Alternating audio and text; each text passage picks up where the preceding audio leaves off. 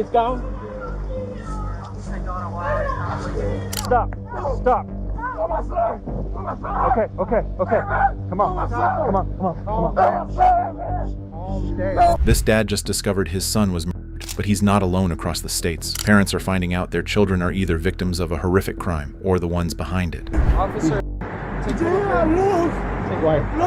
shot at him, bro. I didn't have a fucking kid in the back. No, he's gonna go to jail for homicide. These were the moments when good parents went pale after horrifying discoveries. We begin with a case where two teenage boys left home one day and simply never came back. And when their parents finally got answers, what investigators had uncovered in that desert was something no parent should ever have to hear. And that's when they told me to hit him, and then who told you to hit him? Calypso. Okay. And I'm like, and I look up, and then they're laying down. Like, I just look away, and then I hear, and then they made me get out the car and help them put it in the trunk. When we were talking the other day, he's like, I regret it so much. I'm like, dude, I told you not to go. He tried to take me with, he wanted me to go. I said, hell no. On December 13th, 2018, 14-year-old Ahmed Latif and 15-year-old Colin Romero were reported missing in Albuquerque, New Mexico. 2 weeks later, both boys were found buried in a shallow grave in the desert, brutally beaten. Ahmed shot 19 times and Colin 9. Then a Snapchat video surfaced, and suddenly, investigators had everything they needed. So just kind of run me through the whole thing, and I know you already kind of told him the whole thing. Okay. But from the time that y'all first hooked up with Colin and Ahmed, kind of just run me through it. Wait, like, what do you mean, though? Well, from the first time that when y'all went over there to pick up the ounce or half ounce, yeah, just kind of forward. Just kind of hash out everything we talked about last Oh, time. so he got in and we were weighing it. It wasn't full. It wasn't a full. It wasn't a full ounce. It was, or whatever. Yeah. Was it supposed to be an ounce or half ounce? I don't know. It was okay. Whatever they were getting. So they didn't think it was. It wasn't full. It wasn't. And then he's like, "Where's the other half?" And then that's when he started acting all weird. Ahmed? Yeah, that's when he acted all weird. And then that's when they're like, "What?" They're like, "That's weird. Like, why wouldn't you bring it all?" And then that's when they told me to him. And then who told you to hit him? Calypso. Okay. And then that's when we drove off, and then we started driving and smoked. Then they were like, Flex would reach over and hit them, and then how would he hit them? Just like just reach back. His fist, his fist or his pistol or something. Let's stop for a second. Let me just ask you a quick question. Run me through where everybody was sitting in the vehicle. Right there. So you're in the right rear. Yeah, they're right there. Okay, so they're in the back seat. Who's sitting closest to the door? Colin. Colin is closest to the door. Ahmed's in the center. Okay, and who's sitting here in the front? Flex. Flex, and then Calypso is driving. Okay, I'm sorry. I just want to get my picture. Yeah. Okay. 3 individuals were identified. 19-year-old Stephen Goldman, known as Calypso, 22-year-old Jimmy Atkins, known as Flex, and 15-year-old Julio Almano, known as Fafa. The youngest, Julio, was the first taken into custody, and you've already heard what he told detectives when they walked him back through that night, revealing how quickly a casual deal had gone wrong. We kept driving and driving. We're like probably, I know we're still like in city. We're probably like, I don't know where exact spots is. Like, we're driving up Lomas, I think, or something. And then that's when I punched them again because they told me to. And then that's when we were just driving and I started smoking my blunt. And then that's when I told them to hit it. And that's when they're like cooling down. So everything cooled down. That's when everything cooled down when we started smoking. I let them smoke with me, and then they ended up driving like farther and farther out, and I was like, where are we going? And then they just kept going, driving. Julio claimed he was high, the music was loud, and he wasn't fully registering what was happening under the influence of until the car stopped and he heard gunshots. When he looked up, both boys were on the ground, and then Calypso and Flex turned to him. They kept talking like this, but we have music loud and stuff, but they're, when you're in the front seat, you could hear from what your conversation is. And you couldn't hear them? No. And they're like, they won't tell me where we're going, so it's making me sus, but I'm high, I'm my head's all f***ed up, I'm all just chill.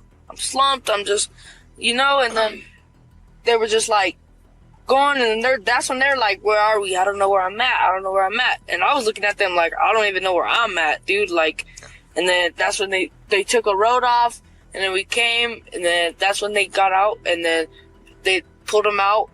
They went like behind me. Who pulled you out? Pulled them out? They pulled them out, Flex and Calypso. Okay. I stayed in the car. All right. And then did they just say get out, or did they just pull get out? Okay.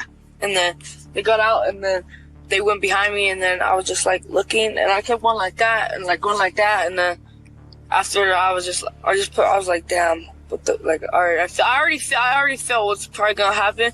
But they didn't tell me this, you feel me? And then that's when I was like, okay, so I just like, I'm looking down, and I'm thinking, but I don't know. And then I hear the guns, and I'm like, and I look up, and then they're laying down.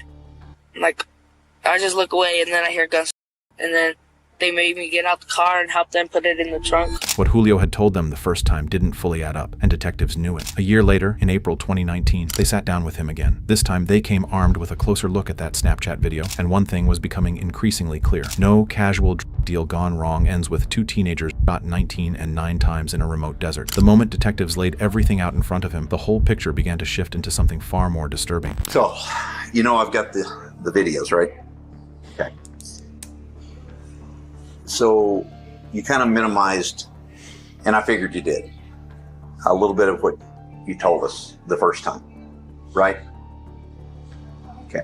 What I understand is Goldman was setting up the deal. Okay. Who was he setting it up with? Colin or Latif? I think it was Latif. Okay. So, and they were wanting to buy a gun.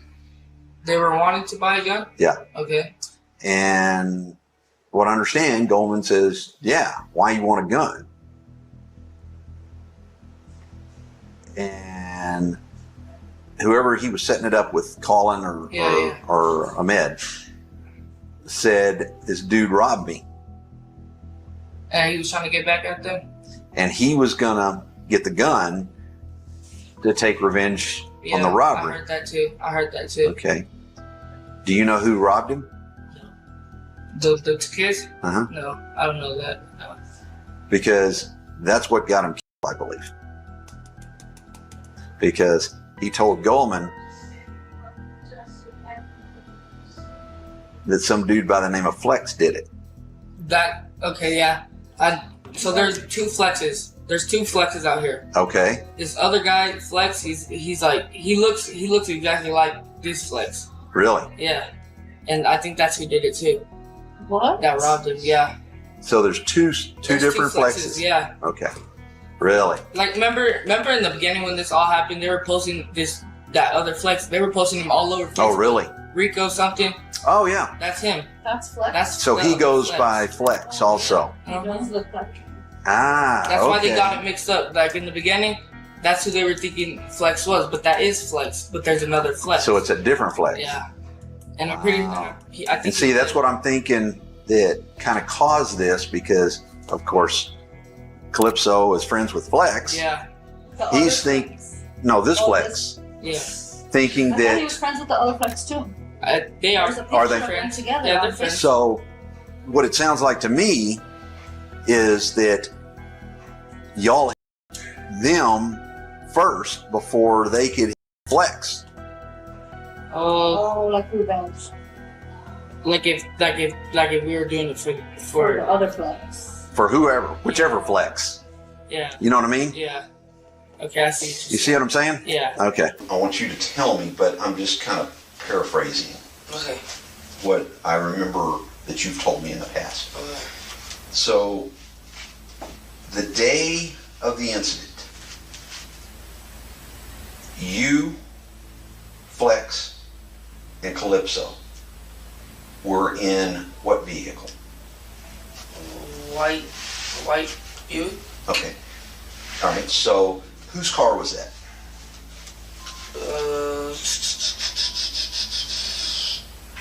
Okay, so Just tell. So, you, Calypso, and Flex, and Calypso's driving?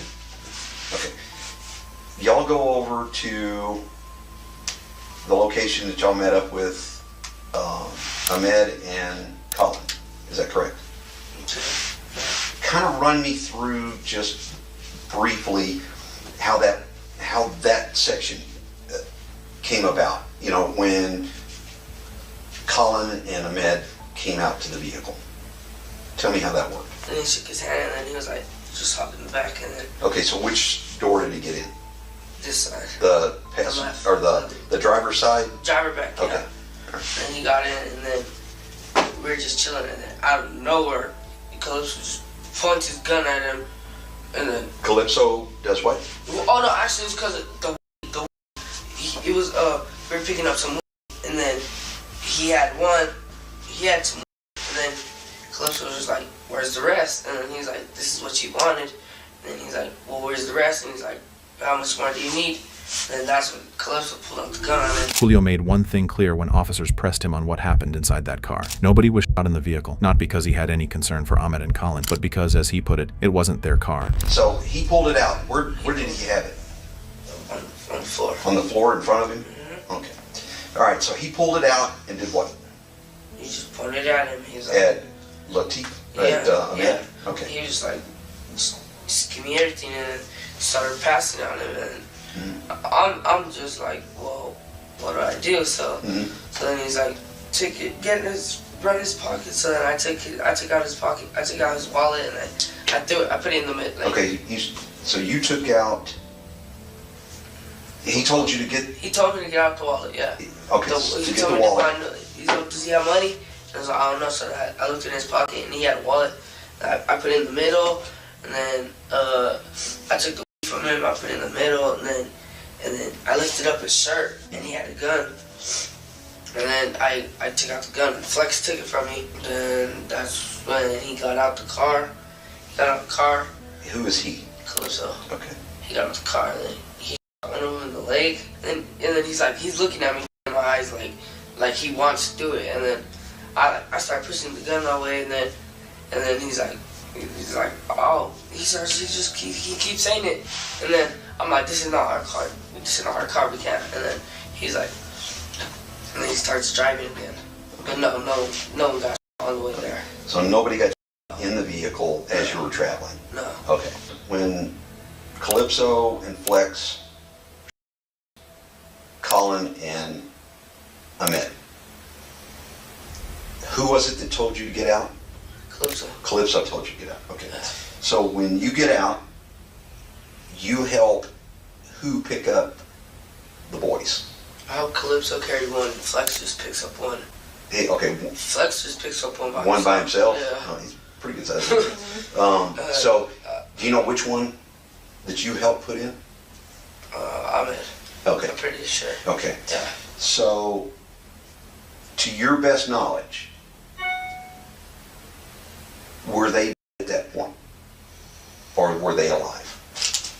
They were making noises, but I couldn't really say, but I'm pretty sure he I feel like he was, but not for not that long. Okay. No, I'm gonna say no. Okay. I feel like no. Okay. The cover-up began before the bodies were even buried. Calypso was already on the phone, and the people who answered that call made decisions that would eventually cost them everything. Julio's uncle, Anthony, agreed to meet without hesitation, and Calypso's own father, rather than turning his son in, took the guns, wiped them down, and stored them away as if none of it had ever happened. So from there, once you put the kids back in the trunk, you go where? Ooh, we start driving. Then he starts flipping out. What do I do? And then he's like, who will help me? Who will help me?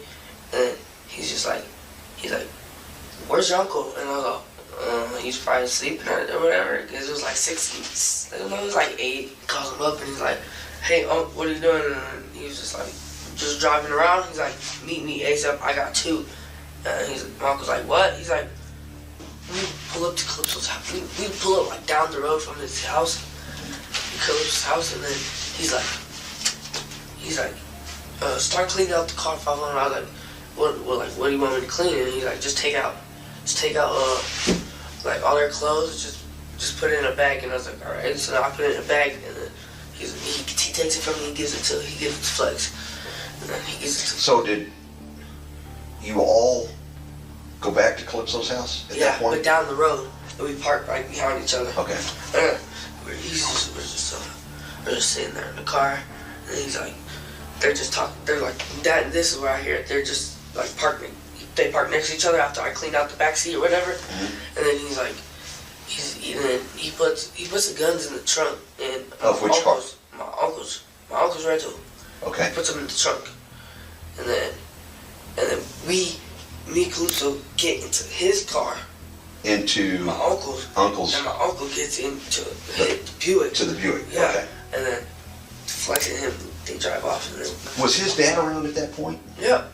Was he telling his dad anything? Him and his dad went into his dad's room, started talking, and not cleaning tools. Not cleaning tools. He has like a case, like a case that you can put it in. Oh. Like a tool bag, like for a gun. Okay. And he just, but like for like a kind of a lot of guns, and then he puts them in there, and he starts wiping them down, and he's like, what are you about to do with these, Dad? And he's like, I don't know, I just need to take them off of you. I'm taking them from you. And then Goldman's dad took those guns to get rid of them. Yeah, I don't know to get rid of them, but like save them for him and whatever. So he had them. Yeah, he had them. Okay, after he knew that he knew the situation, so he helped the situation to put them away from him. And that's, you're saying that because Calypso told his dad what had happened. Yeah. Okay. He told him. All right. I just got to make sure I understand everything. Yeah. When news broke that Ahmed and Colin were missing, the group panicked. They pooled whatever cash they had and ran. But investigators were already closing in. And he was like, he woke me up from my sleep like, get up. And I was like, what the f***, dude? And he's like, we gotta go. And I was like, what do you mean? He's like, let's go, we gotta go. And I was like, okay, so I'm waking up, I'm putting my sweats on. And I'm barely getting up. I'm like, what's happening, bro? And he shows me the phone, and it has both of their faces on it, on the crime watch or whatever. And I was like, what is it saying or whatever? And it's just like, that they're missing and that the last person they were with was me, and I need to leave. So I was like, all right. Calypso. Yeah. Okay. So I was like, all right, dude, where are we going? He was just like, he's like, well, we need to find Flex. And we picked up Flex from, I don't know where he was. Yeah, I think he was at one of his homie's house or something. We picked him up. He's like, we gotta go, how much money you got on him? He's like, at least 200. I had like 500. He had like 800 or something. Close to it. He's like, all right, bet, we're gonna take a trip. The group piled into Anthony's rental car and disappeared, sleeping in it for days, lying low, hoping the whole thing would quietly fade away. However, it didn't. We ended up coming back to the house. We just ended up staying at the house again, and then we just hear boom, boom, boom, boom, and he thought it was the cops. I wasn't even awake, and he was awake, and then his sister answers the door. She's like, hello, who are you? And he's like, my nephew here from Young. He's like, I need my car now. And Jada was like, I don't even know you. You can't be coming up here like that. And he's like, I need to talk to your brother and Fafa now. And then she's like, okay. So then she woke up me, and she's like, your uncle's outside, and he can't be banging on my door like that. I was just like, what? I was like, what? I get up, I go out there and talk to him, and he's like, he's just mad. He's like, where you guys been? It was been like 3 days, and then he's like, I've been looking for y'all. No, it's actually been like 2 days or a day. That's fine. Yeah, and then I'm not holding you to that. Oh yeah, and then he's like, I need my car back, and I need all that. I need to clean it out because that's a rental, and I can't get charged for it or something. And I was like, all right. So I'm out there cleaning. Calypso's sleeping. I have to do it by myself. So I started cleaning out the rental. Did your uncle tell you, Calypso, or Flex that you're aware of? Did he tell them that they needed to get rid of that vehicle? Yeah. What did he say? He said that he tried to clean it out or something. He's like, I can't clean it. He's like, I can't clean it, so you guys need to get rid of that car. Did he tell them how they needed to get rid of it? No, he was just like, you guys need to get rid of it. Later that day, the group slipped out looking for food, trying to act as if nothing had happened. But while they were sitting there, Calypso quietly got up, left, and never came back to the table. A little while later, Julio's phone rang. It was Calypso calling from his sister's number. What he said on that call told Julio everything he needed to know about where this was all heading. We're just chilling, talking, smoking, or whatever, and then he's like, I get a call from Calypso, and he's like, You did. yeah, from his sister's phone, and then not my phone, because I didn't have a phone at the time. He called a Millie or something off of his sister's phone, and he's like, tell Fava that the keys are in the backseat. I left them with him. I just talked to my dad. You need to give him the keys now. Okay, so let me make sure I understand what you're saying. Yeah. You finish up with the eating at Dion's. Yeah. Okay, and We're still at Dion's. you're still at Dion's. Yeah, no, we're still at Dion's. Okay, but Calypso and his sister had already left. Yep. He tells you that he left the keys, in the car. in the back of the car. Yeah, not in the Buick, in Emilio's car. Oh, in Emilio's car. Yeah, Emilio's car. And that you need to give the him keys to dad. who? His dad. To his dad. Yeah. Okay. And then he sent me the number of his dad. Okay. And then I called him. I was like, I'm at the Dion's, whatever. He's like, okay, I'll call you when I'm there. And then he calls me and he's like, walk to the end of the street by these apartments, and I'm right there. You'll see me. I'm like, all right. Well, he's all, come by yourself. Okay, so he takes the Buick at that point. Yep. Okay. It's in his custody. All right. Okay. On May 1st, 2023, after 5 years of building the case, verdicts were delivered. Stephen Goldman Jr., Jimmy Atkins, and Julio Almano were each convicted of kidnapping, armed robbery, and tampering with evidence, receiving 2 consecutive life terms. Anthony Aragon was convicted of tampering with evidence and conspiracy. Stephen Goldman Sr. pleaded guilty to tampering with evidence. Next, we have a case where a stepfather's morning routine ended with him watching his 11-year-old son get shot right in front of him, and there was nothing he could do. You're killing your kid? Officer, why? I shot at him, bro. I didn't shot at him? I didn't know there was a fucking kid in the back. What happened?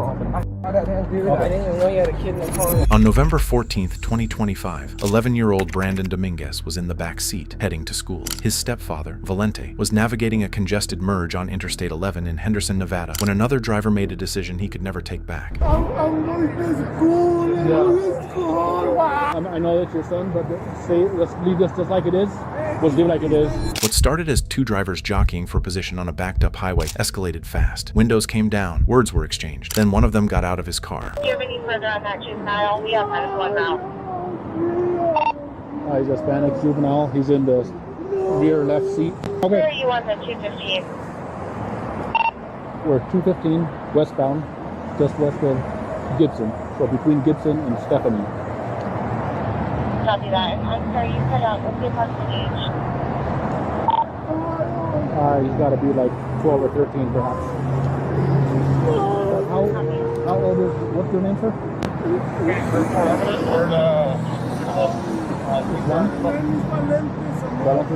you have your ID with me? Is it in the car? We'll get it in a second. How old is your son? He's right for me. How old is he? 10? Okay. Are you guys headed to school? Okay. And so what happened today? What are your stories? Yeah, and I have a suspect in my truck. Oh, really? Yeah. Okay. In the line, you know, the line is one. So you're merging here? Okay. For the line, and then this car. He came up on your right, he turned up on you? Okay.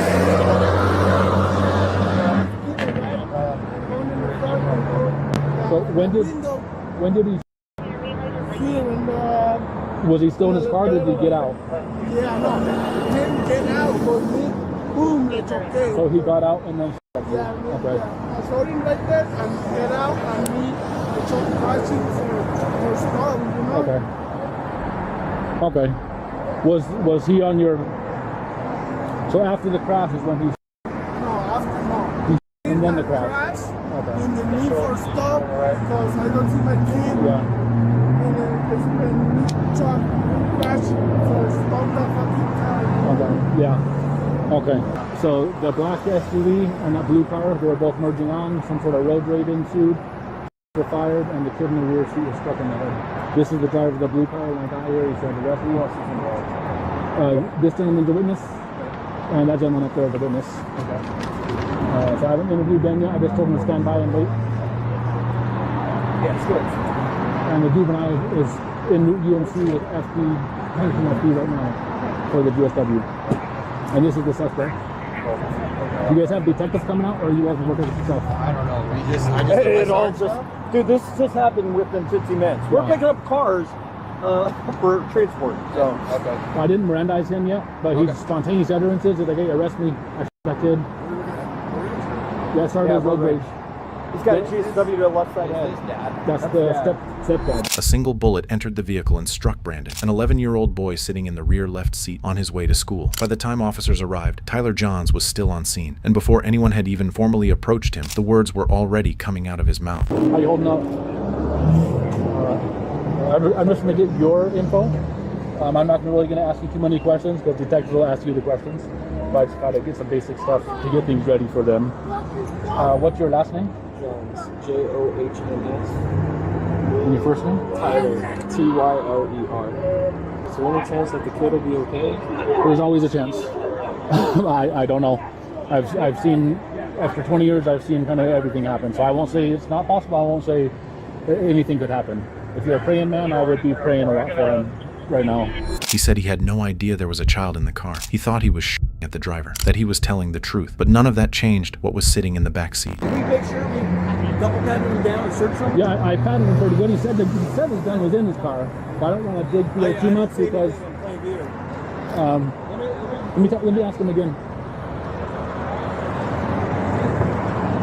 Well, where in the vehicle? You said the gun's in the vehicle? Floorboard. On the floorboard? It's not on the floorboard. We're going to see the thing that goes up in the windshield. Okay. It should be right under it. Okay. And it's just a black handgun? No. It's a Canic. It's a two-tone, so it should be like camo on the top. Ding! Should be on the floorboard. The passenger side or the? Passenger side floorboard. Yeah, passenger side. If it's not in there, then I have no clue where it is. Okay. That's where it was when I saw the house. Okay, yeah, it's there. The weapon was exactly where he said it was. The witnesses had seen everything, and the only real question left was what this would be called in a courtroom. So I rolled into it back down by the Gibson on-ramp. Were you coming on, or were you on the freeway already? I was already on. I'm coming from Henderson, so I was coming up Lake Mead, emerging onto the freeway. So as I'm getting on, at Gibson is where I started seeing these two guys in and out, into lanes, into emergency, like all. I mean, they were. There was a backup. There was a wreck up there earlier, like 2 semis or something. So they're all over the place. Yeah, I didn't even know that. And so as we're coming over the freeway, that one lane ends, and that's when they're both over on that side, and they kept turning out. Yeah. No, it looks like they were right back there. They did, right? Like right here.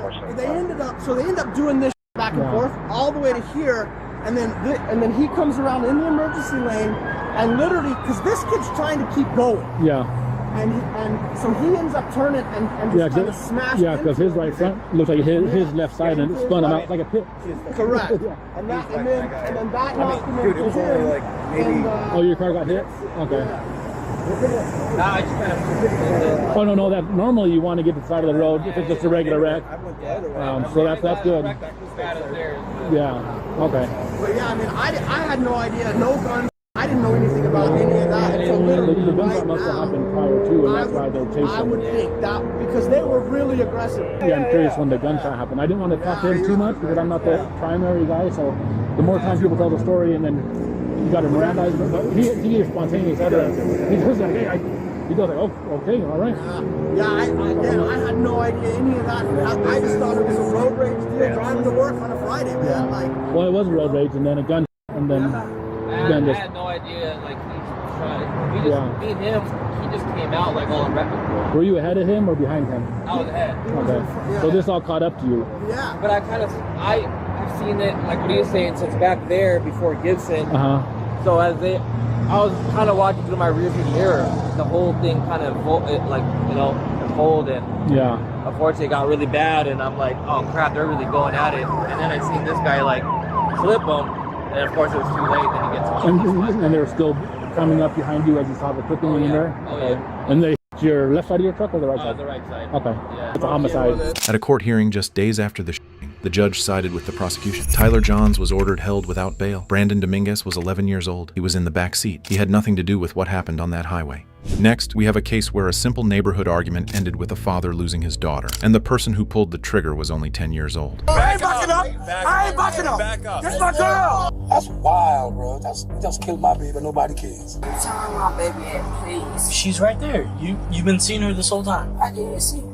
I know, but I can't let you see her, but she's right there. On May 30th, 2022, at nearly midnight, a single gunshot broke the quiet at the Jernigan Gardens apartment complex in what witnesses described as one of the most chilling things they had ever seen. When officers arrived, 41-year-old LaShawn Rogers was on the ground, barely alive, and the first detail witnesses offered stopped officers cold. The shooter was a little girl.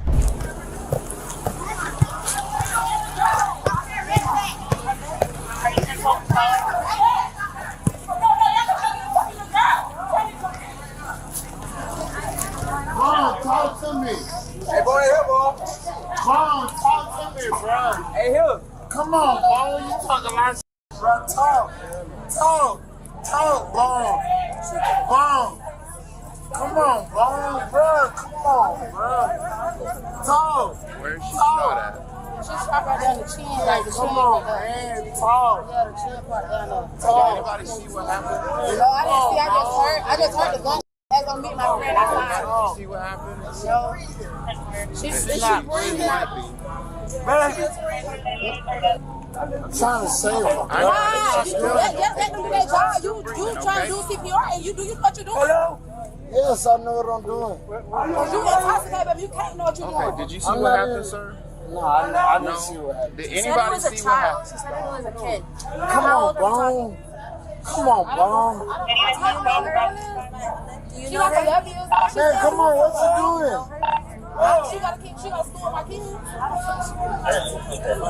Come on, Bone, get up, Bone. Is she on foot? Ma'am, she knows. Preach your fucking daughter. Preach your daughter. Did anybody see where whoever shot her went? I don't know where she went, but she's over here in the palms, though. Okay. Do we know who shot her? Yeah, the little girl. I don't know the little girl spelling for him, okay? What's the little girl? Do you know where she stayed? Man, revive her, bro. Y'all not even doing nothing. What is you doing? What are we gonna do? We're trying to figure out where the suspect is. LaShawn's father arrived on the scene to find his daughter fighting for her life on the ground in front of him. What followed for him in those next few minutes was something no parent should ever have to live through. Hey, back up. That's my baby. Back up. We're working. Ambulance is coming. Back up. Hey, back up. Bro, don't touch me. Don't touch me. Okay, you don't gotta touch me though. Back up. You ain't gotta touch me though. Back up. Come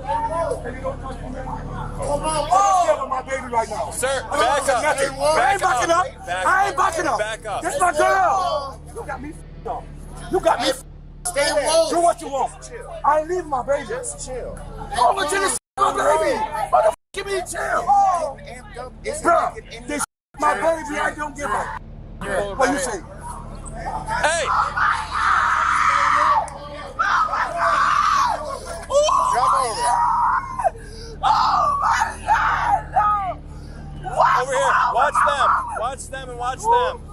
Watch them. Oh my God! Oh my God! Stay over here. No, bro, this is for Asia, bro. Pull him back. I ain't got to shut my baby. Shut up. Back him up. Back up. The girl with the just daughter. Preach that daughter, shot it. You just shot her. Shot, she gave her the gun. Back up. It's not going to do anything. Ambulance is on their way. They need to get here. Back up. It's not being on the way. They're on the way. What, they need to fly in the car? No. Look how my baby here. Look how my baby laying here. Back up. That's my girl. I don't care. That's my lady. I don't care. Sir, I'm about to spray. Back up.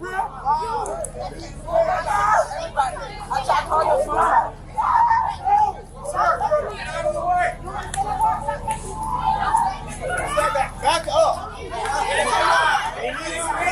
Back up. Back up. Stay back. Don't touch me, bro. Stay back. Don't touch me. Save my baby. Stay back. And hard to tell. Don't touch me, bro. Don't shut my baby, bro. Okay, we're working You don't on have to him. bust me up. We're working You don't on have to him. Stay bust me back. up. I ain't leaving my baby. Do you see them working on him? Stay back for me, please. Look, but where you the can fuck? watch them. Where's the ambulance so long? If it was a white neighborhood, they'd have been here already. No, they wouldn't They'd have have. been, yes, they would have. My baby. Okay, let them work. Let them work. Where is the ambulance? Why is there no ambulance? Should I grab some tape? Shut my baby. Where's the ambulance? Stop my baby. She gonna go to her daughter, bro. Help my baby.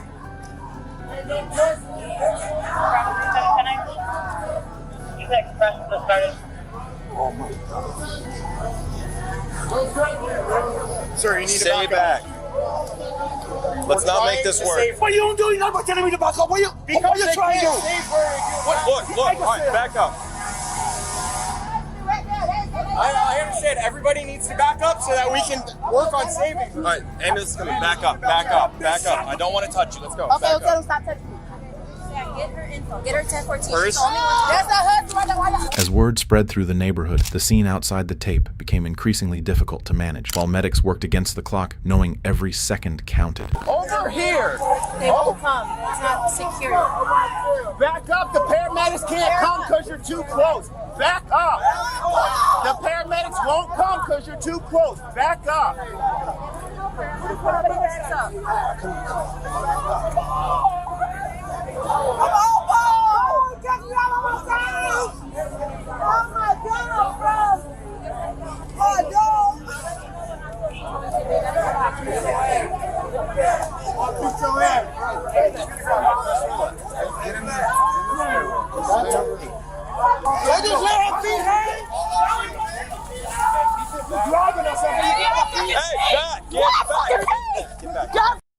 Get back. You got no motherfucking dog. You got dragging a feet. I'll beat all your asses by myself. Don't kill me. Don't kill me.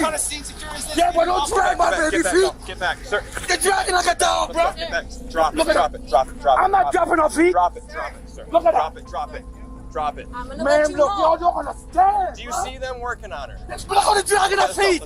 Oh, they're working on her. Officers quickly identified witnesses who had seen everything unfold. What they described painted a picture that was difficult to process, not just because of what happened, but because of how it happened. Did y'all see it happen? When it was, before it happened, You were here? Yeah, the lady was, the lady who had just walked up out of nowhere, like she was just barbecuing, she was barbecuing. The lady walked up to her, walked up here, and asked her something like, why you back talking to somebody else, or whatever, why you back talking to her, she was mad because they was back talking, or whatever like that, and she's telling her your friends, whatever like that, and this, that, and the third, and he was telling her go back in the house. She was telling her go back in the house or whatever like that because it was together. It was bullshit. Actually, bullshit. Lady came up on some bullshit, being squashed. And when she did that or whatever like that, the lady daughter wasn't with her. The lady's daughter wasn't with her. So the lady's daughter had been in the house and heard I was arguing or whatever and had to come out here and do that because as soon as we walked in the house, she pushed us in the house and shut the door. So she was the only one out here when it happened? Nah, it was more people out here. But everybody ran. Yeah. But she shot her. She was right here. So when she walked out right there, the little girl shot her. And the mama got the gun from her or whatever like that. And when the mama got the gun from her, she was kind of standing over her, walking over her or whatever. But then everybody started running up to hold her neck and like that. And that's when the lady took the little girl, but her and the little girl walked back in the house. Hello. Where do you stay? We stay here. Okay. Detective's gonna come out and they're gonna want to talk to everybody. You know the people there? Yeah, it's a little girl and her damn mama. They was arguing, but she got the right to get a damn girl damn time. You know where her mama is now? Is the mama? She gotta be in there, cause the little girl in there, she's not gonna leave the girl in the house by herself. Okay, so the little girl was arguing with this other girl. No, the mother. The mother was arguing with her mother. Okay. And I guess they said the mother gave the little girl the gun, and the girl had her gun. Okay. and they ran. I heard something. I was like right there. I heard a girl scream. I thought it was a little girl got hit. But next thing I see a grown lady on the floor with his little son on the ground. They ran in the house. That's where she stayed in the house. She's in that house. The argument had started over something trivial. LaShawn had even tried to send her own daughter inside to keep her away from it. But before anyone could de-escalate, Lucretia hit her. LaShawn hit back, and then Lucretia reached for her daughter's backpack. And while the adults were fighting directly in front of everyone, 10-year-old Desaya opened it, loaded the weapon, chambered a round, stepped out from behind her mother, and possible 10-year-old suspect inside of here. She just got off the lights on the other side. So we need one unit watching people that keep running up on us, and then we need another unit to get over there with Sarge and yep. More tape over there. No, hey, don't walk in front of that door. That's what the suspect is, man. We need to take, yes, 10-year-old suspect with a gun inside.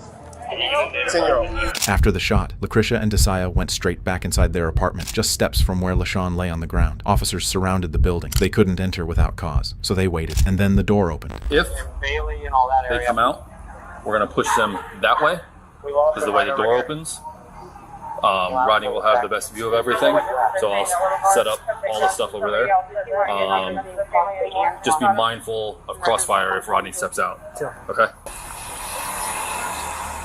He was running. I'm going to get you some more people. We'll take Sarge's spot.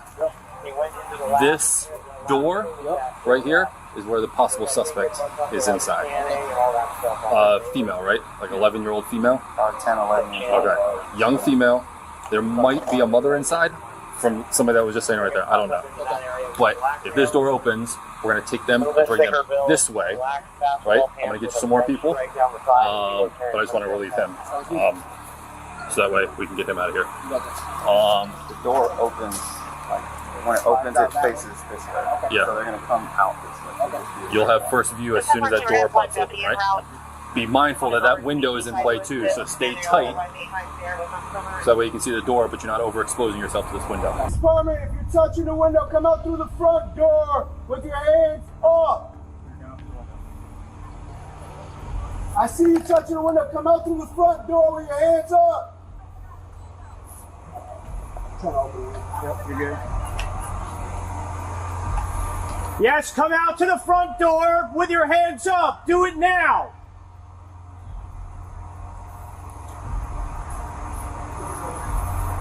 Door. We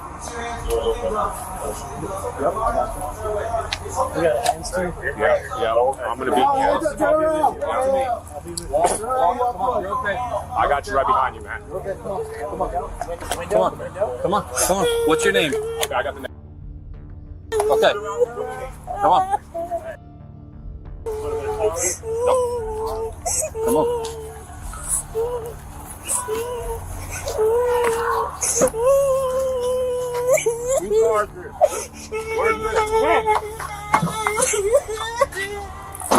Don't leave this car. Okay. Turn to me. Everything's be fine. Turn back. Come back to me. Come back to me. Come back to me. It's gonna be okay. Come on, look at this. Whoop.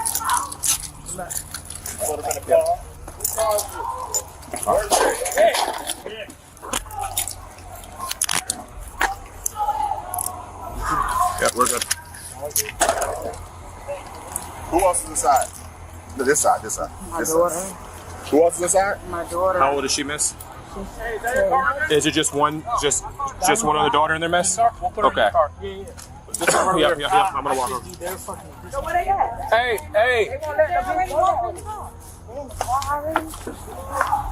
Listen, there's tape for a reason, yeah. Oh, you going to jail?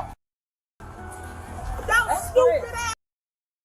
What the f wrong with you? You an ignorant ass. Y'all should have walked that whole dead way. Dumb hoe. I swear to God, I would have took that charge of ass daughter. y'all. Little hoe. They're saying just one more. You drunk.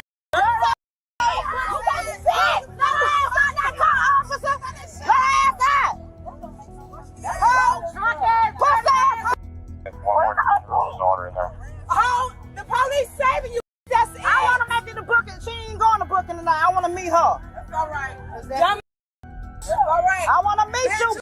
I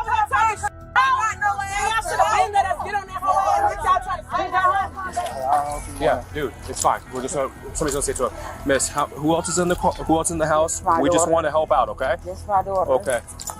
They're saying just one more You pussy asshole. daughter is in there. What's up? What's up? Hey, What's up? Let's worry about your daughter. What's up? Okay. How old's your daughter that's in there? 10. She's saying it's one What's more up, 10-year-old bitch? daughter in there. What's up? They ain't saying because I was right there. I was right there. Lucretia came out first. Then Desaya, a 10-year-old girl, the person who had just ended a 41-year-old woman's life, walked out behind her. At the station, Lucretia gave investigators nothing, no remorse. But while she stonewalled, detectives had already found something that made her cooperation irrelevant. Best detail you can. Tell me, what happened tonight? Then she went to knock on a neighbor door to prove that what is this lady talking about, right? Okay. My back to it, I'm tending to the food in the grill. They getting loud, and then I heard the girl say, you and she's my girl started to cuss her back too. And she hit my girl first. And my lady hit her back. Then it come out of the, like in the breeze, like out with the thing was grilling. And I was trying to hold her back, and then she reached and hit again. And then I go, come on, baby, come go in the house. Come go in the house. She said, you, and started away from me. So by the time I turned around like this, her daughter had a gun in the air. I think that was the plan. I think they came to kill my baby. That's how I think. Cause her daughter had a gun. She just tried to snatch it out of her daughter's hand. Like, she actually watched her. She said, give me your nothing. And she my baby. The little girl does her. I said, she my mama, but your mama hit my baby first. That's all I'm saying. You just my baby for nothing. Oh my God. The little girl, she my baby, man. That little girl fired her gun with one hand. She's 10 years old. Do you recall how many were fired? Oh, 1 or 2, I don't know. It was just so fast. I think one missed and one probably, I think probably still kind of, the little girl probably can't control it. You know when a gunfighter, you don't have the friction, you know what I mean? Yeah. Oh my God, I keep seeing it. Oh God, I keep seeing it. I couldn't help my baby. I said, baby, come in the house. Where did these two neighbors live? Right here. Okay. This apartment right here. 14. With the tape, right the red kind of window right here? Yeah. That's where they live. Okay. What did mom and this little girl say after They didn't say nothing else. That's enough. She said that she just, I couldn't even hear nothing else after the gun went off, man. All I knew, she should not shoot my mama. I see my mother baby. She ain't my mama. I'm about to be in the jail till I saw the that's what I got. I ain't even lie. Being a kid, I don't care. You know what you did. Cause you had no remorse. I promise you. I wanted to hurt that girl. I'm being honest. I'm being honest. Understandably so. I believe you. Cause the way she is like the little girl have no feet, like she cold. You saw them on TV? Child. It's real. That's that girl, my girl, like she's nothing. Like nothing.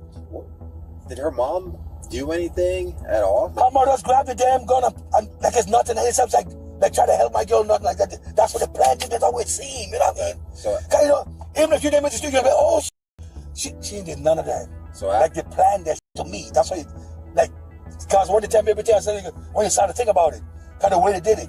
That's just crazy, man. Because she gonna get a charge. Right. That's messed up, man. My baby gone. Oh my God. Oh my God, man. That's a hard pill to swallow. My baby gone. Oh my God. Just so I can have some point of some bit of reference.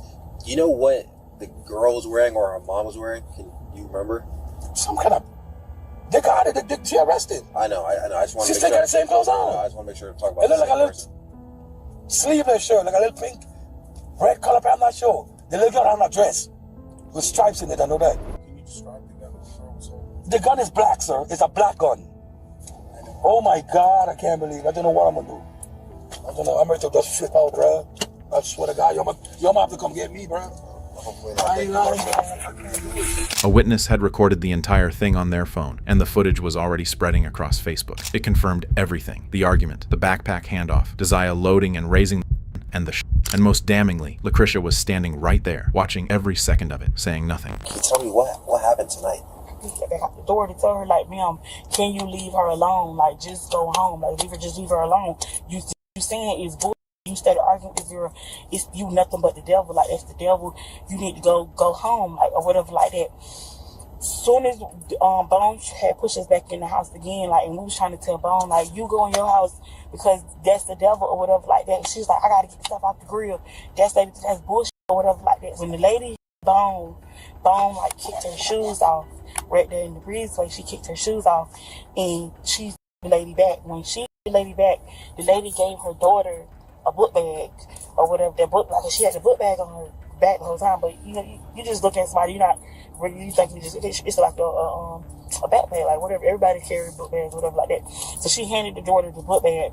When she handed the daughter the book bag, nobody really wasn't paying attention to her, but the little girl was like shuffling with the book bag, whatever. But nobody really wasn't paying no attention. Like, you know, you saw the corner of your eye, like you were not paying attention because the fight is right here. So, you know, she's like trying to break them up, like, stop, you know, just stop or whatever like that. So all you heard was like, it was in the matter of she Bone kicked her shoes off, Bone hit her back, she handed the daughter the book bag.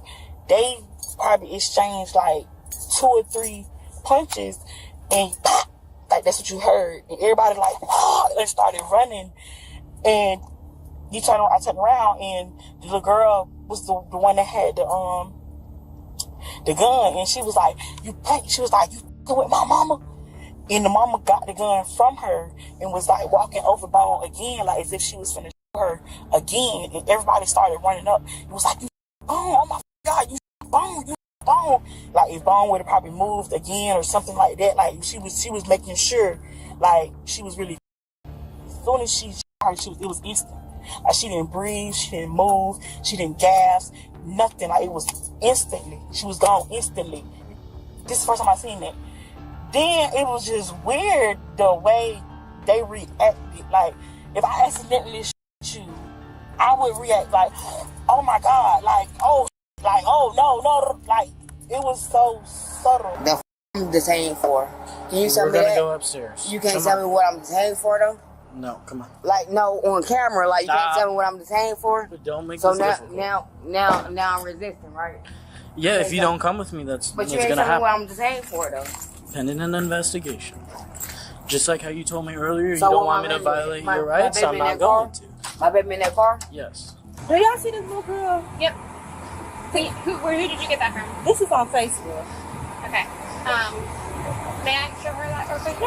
Okay. Mom, let me call you right back, okay?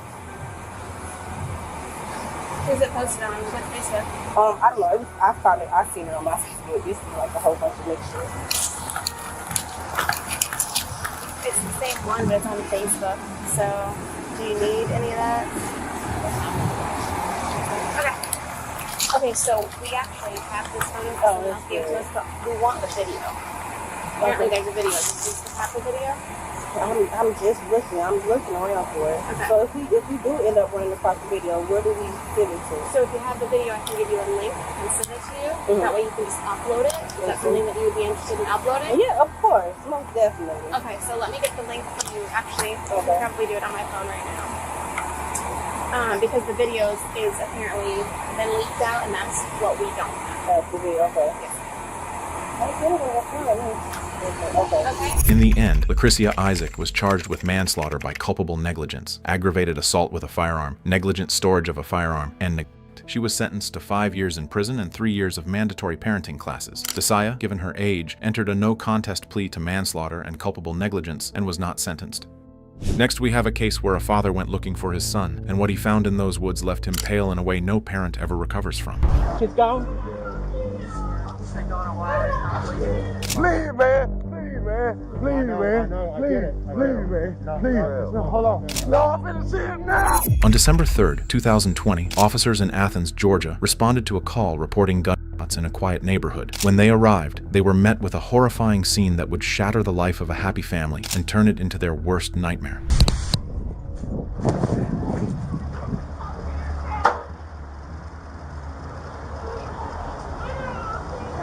She's gone. 7 Central Possible, 7 to 7. He said his name was T-Sean Gaynor, and that he's 15. Then you can probably start CID this way. Shell casing. Yep. It looks like it's been hit more than once, guys. I mean, there's grays. That could just be, that's just branches right there, maybe. Yeah, anyone got tape? And it looks like that might be an exit right there. Yeah. I've got a whole roll of it in my trunk. I'll stand by here. The victim, 15-year-old Keyshawn Gaynor, was found deceased at the scene. Investigators determined that he had been lying on the ground for roughly 10 minutes, but by the time they arrived, it was already too late to save him. Hey, no. No. Stop. Stop. No. Right behind the fence.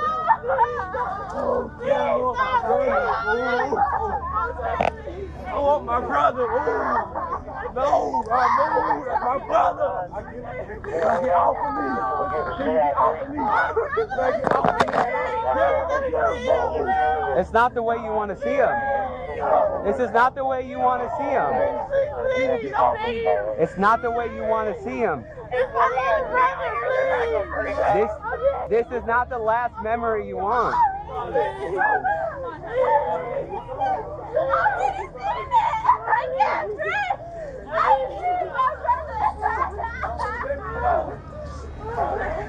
Let's get some tape up all the way around.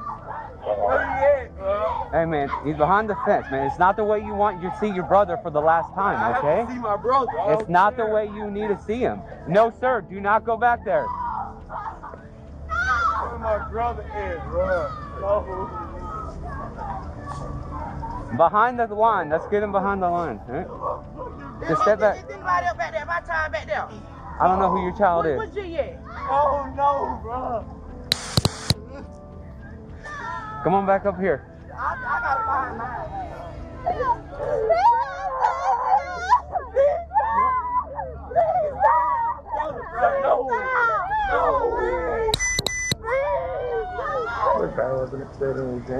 There's shell casing here. There's a shell casing next to the. Do me a favor. Here at 201, one in the front, one in the back.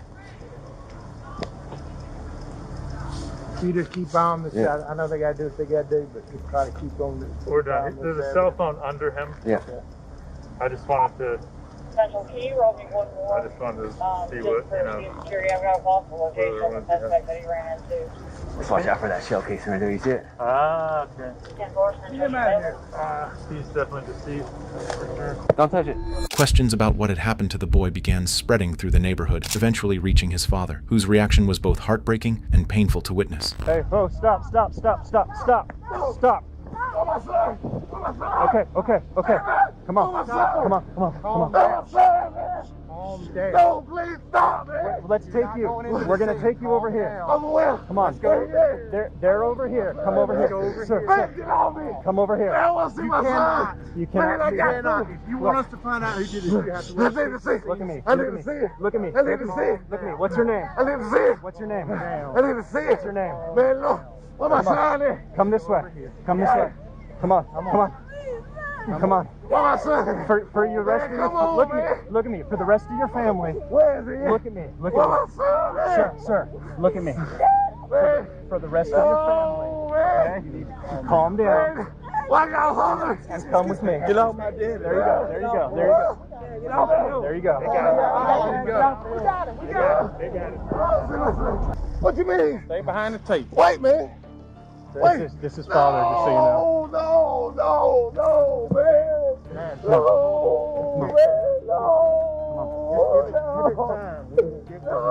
Wait a minute. Please, man. Please, man. No, hold on.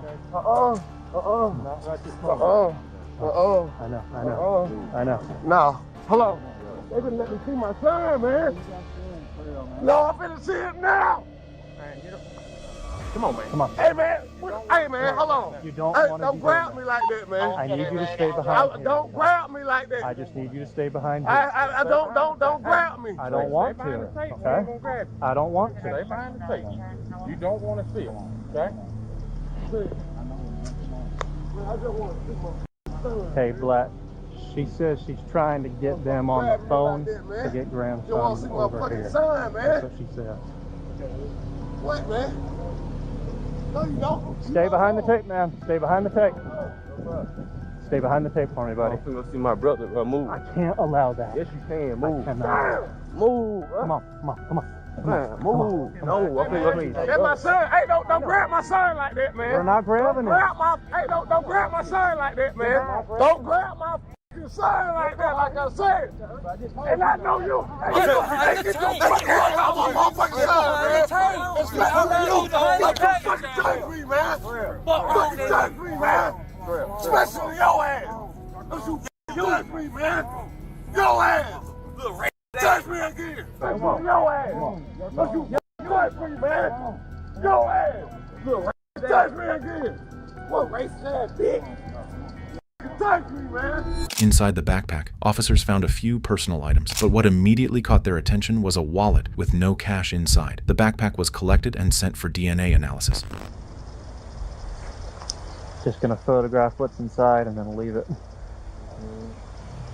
We're coming out here to get it? Nope, we are. So. Oh, here we are. Alright, got it outside.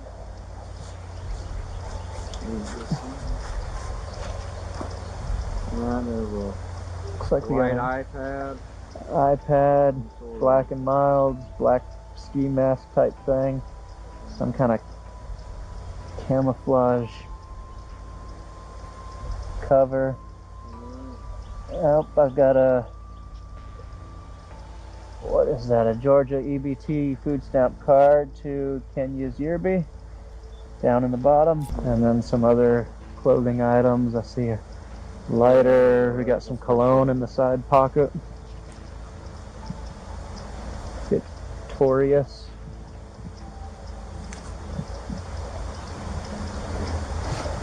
Got a scale. Yep. Pen and a battery. Alright. And we're gonna go bag it in the car. Inside the backpack, officers found a few personal items, but what immediately caught their attention was a wallet with no cash inside. The backpack was collected and sent for DNA analysis. On the other side of the neighborhood, officers spoke with the only witness to the crime, and what she revealed became the first piece that allowed detectives to start untangling the case. Let me just see if I can summarize. So you were out here in the back, and you saw, or you heard, it sounds like some shots, and then you saw someone come from the woods and then enter this apartment. And he came out the back door here on the right hand side. Can you describe that person? Yeah. Okay. Just tell me, you can. Would you be able to recognize that person again if we showed you some pictures? I'm not sure. I can't say. Like I said, he was leaning, and I saw mostly the side of his face, and I saw his face when he came out. But did you see his hairstyle at all? Well, it's like the little twist up things. It wasn't like locks or anything, but he had been twisting it. You know how they wear a nappy now. Yeah. And then he went in here. How long was he inside? Less than 5 minutes. He wasn't in there that long. Just maybe long enough to get somebody to take him wherever he was going. Because he came out the back door. He had taken off the hoodie. Do you know who lives here? I don't know their names. And so he took off whatever he had on and changed? Except for the jacket. He opened his jacket up and took off his hat. That's pretty much all he did. Did you see him with a gun or anything like that? Well, it looked like a gun. That's what I was telling him. He had something metal in his hand. He was putting in his pocket as he was coming across. Through here. Okay. Do you know the people here? Do your family members here? Because it seems like they're going straight over there. Other than waving, they're going straight over there because we were all talking about what happened, and so they know that the guy went there. The guy who came out to give him a ride. Now he's there all the time. Okay. He's not there now. Do you know his name? I don't know anybody's name down there. Older, younger? He's an older guy. Older guy. Not as old. Left in. Now it'll be bad unless he decided not to come back because he knew what was going on. But he's normally down there. What kind of car? All I could say was an SUV. It was a dark red color. Dark red? Yeah. Now, is this guy, is he Latino, black, white? Black guy? Okay. Are there some Latino guys that live here? I haven't seen it. That red SUV, you said they work on cars. Is that one that's usually here, or is that one that he could be working? According to Eugenia, a man had walked straight out of the woods and into a house, and shortly after he left again, this time accompanied. Her statement caused the arrows to point toward an old friend of the victim, someone who had drifted apart from him after a misunderstanding. When officers arrived at his home, the boy, Lemons Williams, known as Bubba, revealed that this case was far more intricate than they ever expected. What's your full name, buddy? Oh, I don't have one. You don't have a full name? No, I thought you said phone number. No, full name. Oh, yeah. Honey, you can quit all that because you ain't gonna come down here and do a motherfucking thing. Knock it off, ma'am. Knock it off. Ma'am. So you can keep Ma'am, one your this ain't mechanical helping at all, okay? if you want to. This ain't Okay, helping at all. whatever. Whatever. Don't do that. You can keep To shooting the your front. fucking thing if you want to. Let's step to the front. This How isn't about gonna that? work because you're not gonna help anything. Go through the house. No, we'll go. Bubba ain't did shit. No, the he did. Come on, we're going around front. Come on, Bubba. Wait, don't. I ain't did I'm nothing. escorting you around front. We'll come around the front. You ain't got to go through no front. Go You ain't around got the to be side. scared. Don't listen to them.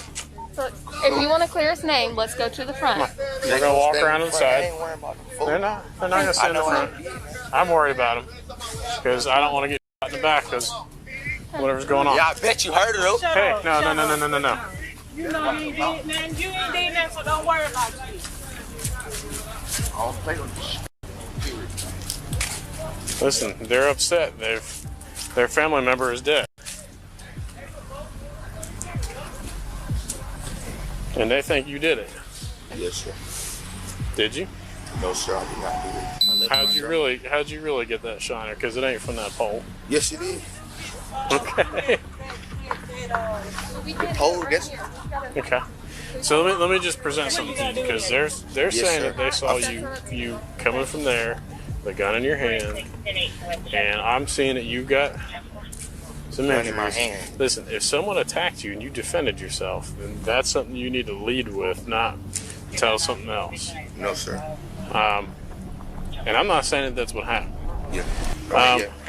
And if something happened where this kid attacks you, does something, pulls a gun on you, does whatever, and then you defend yourself, and I'm not saying that happened, Yes, sir. but if something like that did happen, and you say some story like, I don't know, I wasn't there, I didn't do it, and it turns out that there's something over there that ties you to it, Yes. well, then you lose the ability to say that the self-defense. Yes, sir. So that's the only reason why, and a lot of people, if they're in this situation, and again, not saying you are, Yes. but a lot of people, if they're in this situation, they're scared to say that something happened because, one, someone's dead. Yes, sir. Okay? Yes, sir. So I try to explain to people that if it is a self-defense, you got to get in front of that. That needs to be the very, very first thing you say. And because you can't ever use it again. If you tell one story, Yes. and it turns out not be the truth, and then you turn around and say, well, actually, it was self-defense. Can I ask you something? Where did me out here with a gun come from? Because I don't even own a firearm. I can tell you, the gunshot residue test is not necessarily going to be conclusive because he wasn't here from start to finish. He just had to be brought here. So anyone could argue that he went somewhere and cleaned up, changed clothes, did whatever. Yeah, I had the same clothes on all day though. This same. Yeah, you can ask So- that girl what he had on. We talked to them right there in the street. Okay. Yeah, when we were leaving out, she Yeah, had we- stopped to see what was yeah, going on. We didn't know what was going on. Okay. We had soft people screaming and stuff, so we rode right there. And then she was just looking to see what was going on. What were they screaming? They were just screaming. Screaming, I mean, is that normal for people just scream out here? Or? No, we just saw her screaming, and she got out the car and looked. She said it's someone over there dead. Okay. That was when you guys left? No, that was when we were getting ready to leave. We When went you out were this getting way. ready to leave. Yes, Okay. sir. And then So, okay, where did you go? we went out the neighborhood. We left. And we went to pay where? the car insurance. So you went to go pay the car insurance? Yes, sir. And where did you go from there? That was it. I dropped him on Bethel.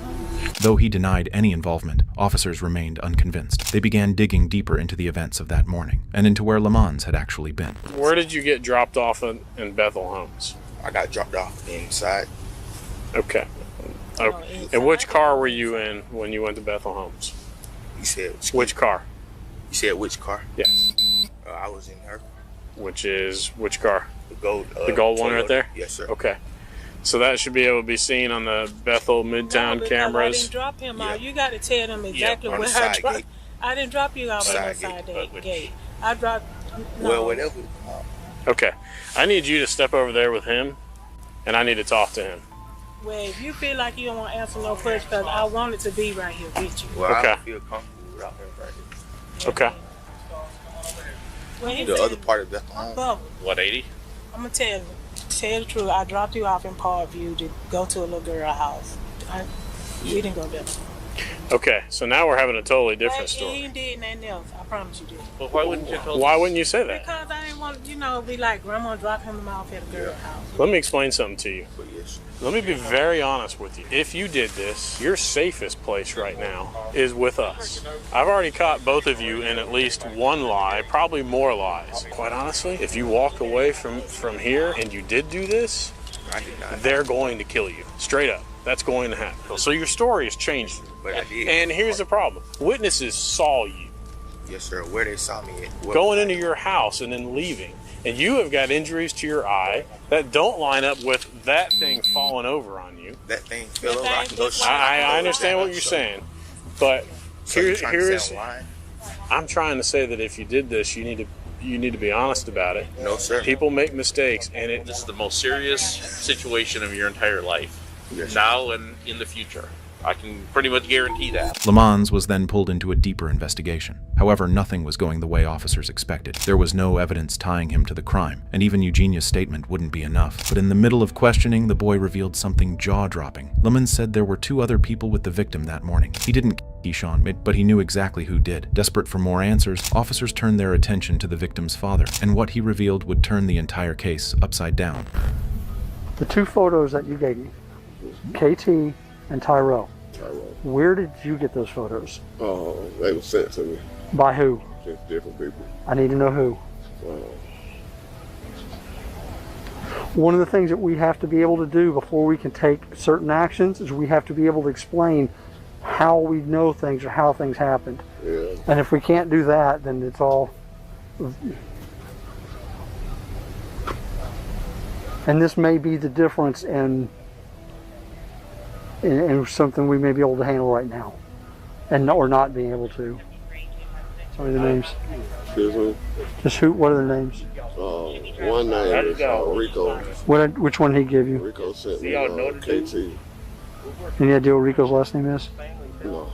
Okay. And the other guy, he was out here in the yard, and he was saying that his nephew knew who the guy was, and he sent me a picture and told me to ask my son if that was the guy. Right. And I showed it to my son, and he said, yeah, that was the guy, so I called him back. But I don't know. What? I don't know what his name is. He was standing out here in the yard. All right, your son did identify him as the same though? Yeah. Which son was that? Officers now had 2 names tied to the tragic event. Tyro and KT weren't strangers. Both were known in the neighborhood and to the police. Wanting to confirm whether they were truly involved, investigators showed their photos to Eugenia, and her reaction would give them the breakthrough they desperately needed. So in a moment, I'm going to show you a group of photographs. This group of photographs may or may not contain a picture of the person who committed the crime now being investigated. And it's just as important to clear innocent persons from suspicion as to identify guilty parties. Whether or not you make an identification, investigation will continue. Now, keep in mind, hairstyles, beards, and mustaches may be easily changed. Also, photographs may not always depict the true complexion of a person. May be lighter, may be darker than shown in photographs. Pay no attention to any markings or numbers that may appear in the photographs. And it wasn't that much kid. He was more of a stocky fellow.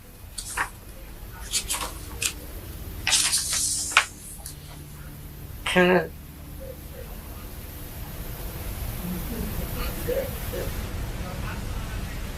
And remember, I'd say hairstyles, all that stuff, very easy to change. I want to go with this picture. It seemed to me like it was more like this guy right here. Okay. If that's the picture that you feel like you saw.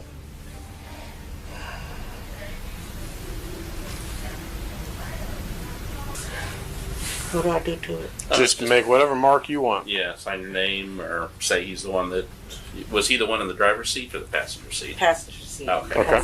According to Eugenia, both men were inside the red SUV that morning. KT, whose real name was Kenyas, sitting in the passenger seat, and Tyro, whose real name was Daquan, behind the wheel. This placed both men at the scene, but officers needed more than that. 2 units were dispatched to their homes. Nothing turned up at Kenyas' house. But the real shock came when officers searched Daquan's residence. You convicted felon?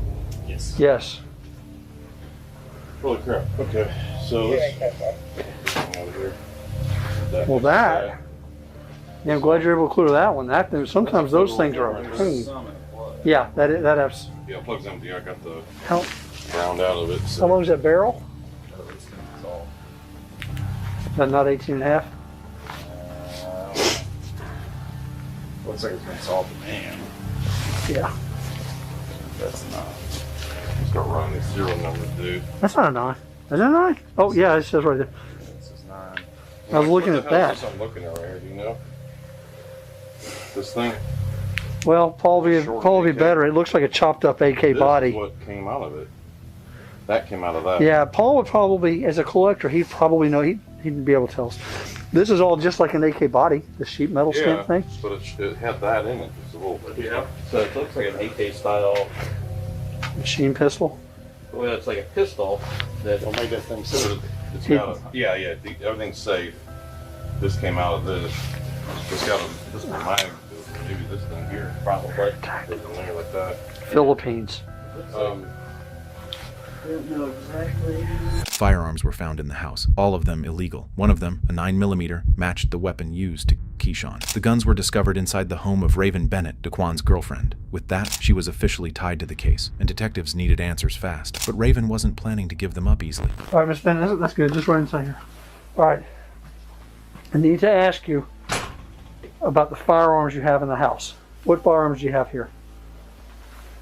I don't know. All right, what firearms are here? I don't know. Are there any firearms here? I don't know. If there are any firearms, do they belong to you? No. Who would they belong to? If so, my child's father. Who is? Quan what? Fox. All right. Have you ever seen him bring a gun here? No. Let me rephrase that. When's the last time you saw him bring a gun here? I don't see him bring guns here. All right. How long have you lived in this apartment? Almost 2 years. How long has he been in jail on this last time? You said how long? He was in jail for a while, I know. How long was he in for? I think the last time he went to jail, he was probably locked up for like 2 months, I think. 2 months. During that time, did you store anything for him? No. Did he put things here before he left? No, not that I know of. Well, okay, in your children's closet, are you aware of everything that's in the kid's closet? I mean, it would be you would know what's in your kid's closet, right? It should be closed. All right, when did he get out of jail? Well, I do know that he had just got locked up probably like about 3 or 4 weeks ago. Okay. That's the most recent that I know. All right, when's the last time he left anything here at your house? I don't know. Do you recognize that bag? This look familiar? You see this? These are federal crimes. Somebody knows about and owns these guns. Right now, it's your apartment. There's no Daquan here. There's you. We need to talk. Let's go in the living room and talk. You are responsible for your apartment. Right. We just showed you 2 federal crimes of guns in your apartment that you're not supposed to have in housing anyway. You're responsible.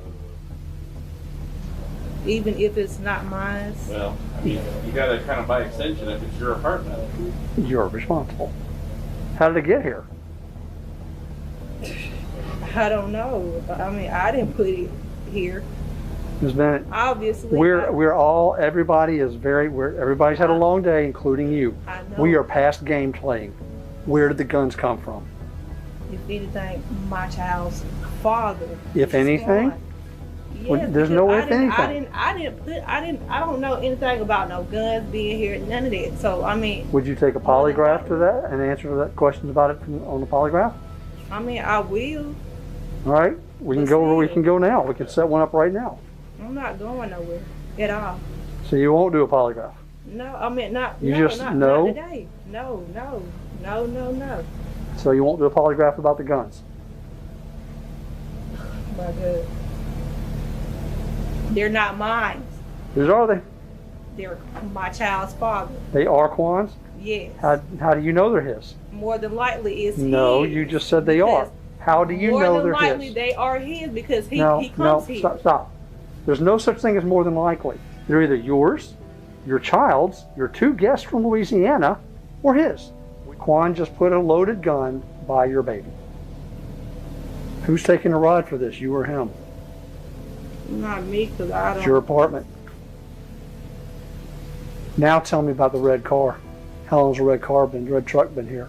From my knowledge, it's been parked for about 2 days now because it has not have no. It don't have no car insurance. When's the last time you saw Tyro? It might have been like, earlier today. Today? Which is worth 5 years in federal prison. We're gonna hand that gun to our forensics folks. They are going to both test it for DNA and then fingerprints.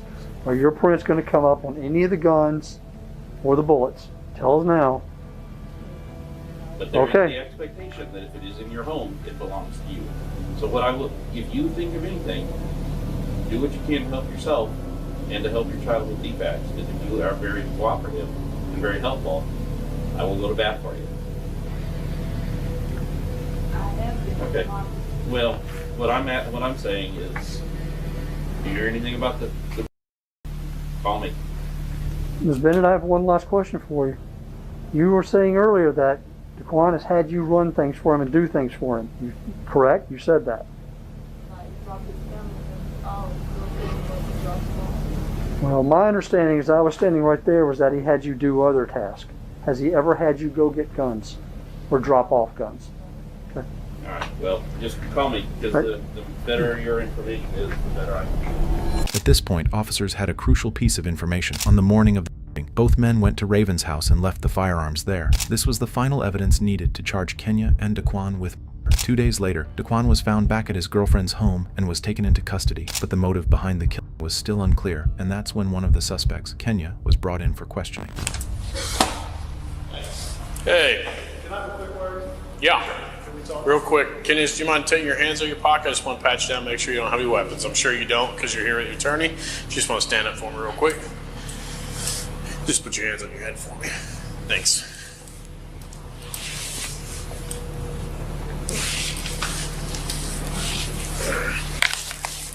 All right.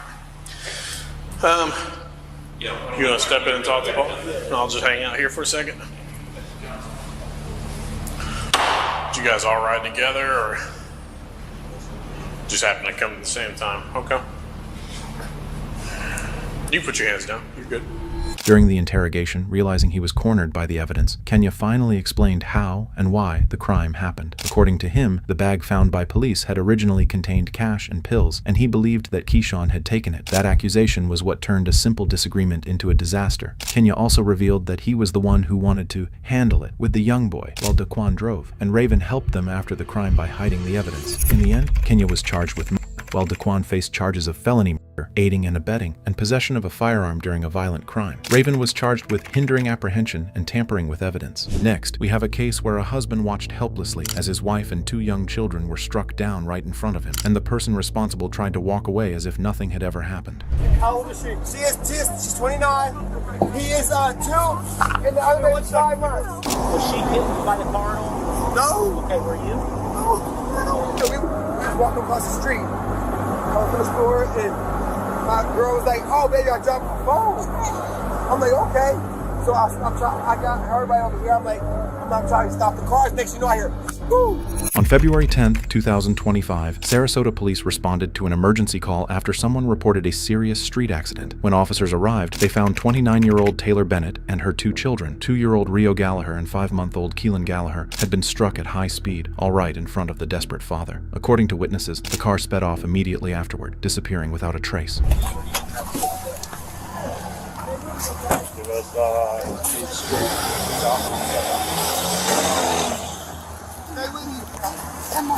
Is he real breathing?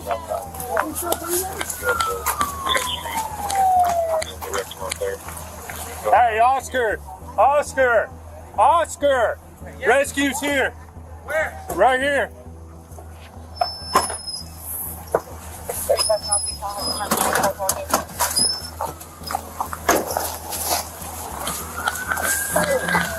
Get the baby rescue. Hey, Taylor! Taylor! Taylor, stop, baby! Is he breathing? Yes. Come on, Rio. Do you have a bag? Can you get me an oxygen bag too, please? Hey, do we want to just let him go with this one? Wait, stay with me, baby! Stay with me, baby! Stay with me, baby! Stay with me! Oh my God, where's the ambulance? She's coming. Oh my God, she's fine. Baby's beautiful. My daughter's right there. How many we got? 1, 2, 3. We got 3. I can't tell if I was feeling or not. How old is she? She's 29. He is 2, and the other baby's 5 months. Oh my God! Oh my God! Is he okay? Is he breathing? Is he breathing? Is he breathing? Stay with me, baby. You hear me? Come on, Rio. Hey, stay with me, baby. Oh my God! You're not getting. Oh my God, man! Rio. Is he okay? Is he breathing? Is he breathing? We have 3 patients, 1 adult trauma, oh my God. 2 pediatric trauma. Ronnie! Sure. Are they coming to grab him next? I think this is a black. I'm not sure.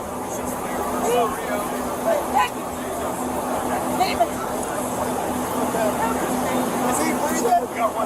He's breathing. Hey, dude. We can handle it if we need.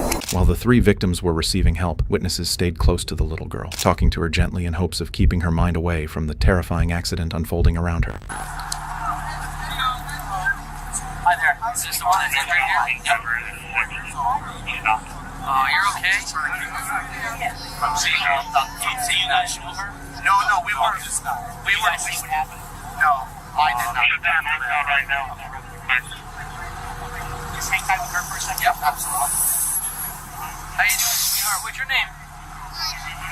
What is it? Ronnie. Nice to meet you. I'm Officer Farina. Where were you guys going? Were you guys going home? All right. You never finished telling me about your emails. Unfortunately, the 5-month-old baby was found deceased at the scene, while the mother and her other child received help from paramedics. As the chaos settled, officers turned their attention to the father, Donzel, and his little girl, both in desperate shock. On the right is a greenhouse. It's the first one.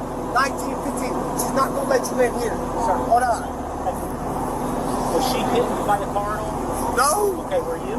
No. She dropped her phone over there, right? She said, baby, my phone. So I see cars coming. I'm like, stop. You know, trying to stop her. Next thing you know, I hear, boom. I see her flying. Look, I got a daughter. She lives right over there across the street. Who's drinking? That's strong. But she has a daughter that's right across the street. She's in there. I need to go get her. Okay. We'll call her, and I'll send an officer over there. I'm gonna need you to hang out here for a second, okay? I need to see. We're never going more than 2 minutes. You see what I'm saying? She's 7. I gotta go.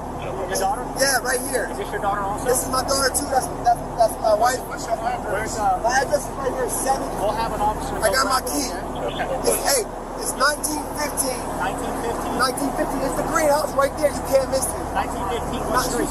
Need you to breathe for your daughters, okay? All right, let's get your girl. It's okay. Okay, baby. I need you a couple breaths before we get here, okay? Here you go, sir. We're gonna walk back over, okay? What's your name, dear? What's your name, baby? Tell me your name. Money. What is it? Money. Oh, beautiful name. Mama, Rio, Ryan. Hey, it's okay. Hey, sir, we'll tell them. Everything's Mama, okay. Listen, it's okay, okay? Everything's all right. You're gonna see a Mama? lot of lights. Mama and the baby, they got bumped by a car, okay? Yeah, they're just getting looked at. Listen, they're getting looked at, okay? But it's okay, baby. Listen. You want to have shoes for her? Yes. Hold on, wait, baby. Hold on. Hey, girls. I don't know. Hey, baby. We're gonna clear your shoes. I gotta get up the phone. I need this. Yeah. Let's. Come here. Hey, listen. Yeah, listen. They're gonna be okay. You hear me? They're gonna be okay. You hear me? You know, Daddy loves you, right? Love you, baby. Were you with them when it happened? Yes. Yeah, we were walking across the street, coming from the store, and my girl was like, "Oh, baby, I dropped my phone." I'm like, "Okay." So I got everybody over here. I'm like, I'm not trying to stop the cars. Next thing you know, I hear, "Woo!" I just don't understand why she. I don't understand. They got cameras around here. Yeah, well, yeah, they have cameras. Did you see the vehicle? They must have kept going. They kept going. I don't know. I don't know. Once I seen them flying, and that was it. And I ran over there, and I forgot. I seen Rio ran, saw him and grabbed Rio, and then I took my son was in it like a little carrier thing with his wife, with my wife. So I hurried up and unbuckled him. And I gave him to someone. I gave Rio to someone so they could work. And I grabbed Taylor. Okay. My partner, I know you're going through a lot right now. I'm just here to get some of your basic Is that her phone? I'm not sure, but no. Baby, hey, Daddy will be right here, okay?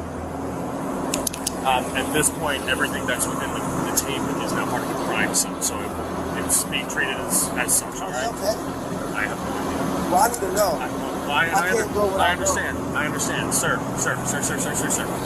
We gotta let the EMS guys do what they gotta do, okay? Okay, I just want to see. Yeah, absolutely. I just want to see. That's my son, Rio. Okay. Is he breathing? Is he breathing? I see his chest rising and falling. He got trouble. Can you tell him that he already got? I got you. Here, step back for me. So he that way already they got can like get in trouble there, with okay? his lungs already. All right. You want to have a seat? Breathe for a second.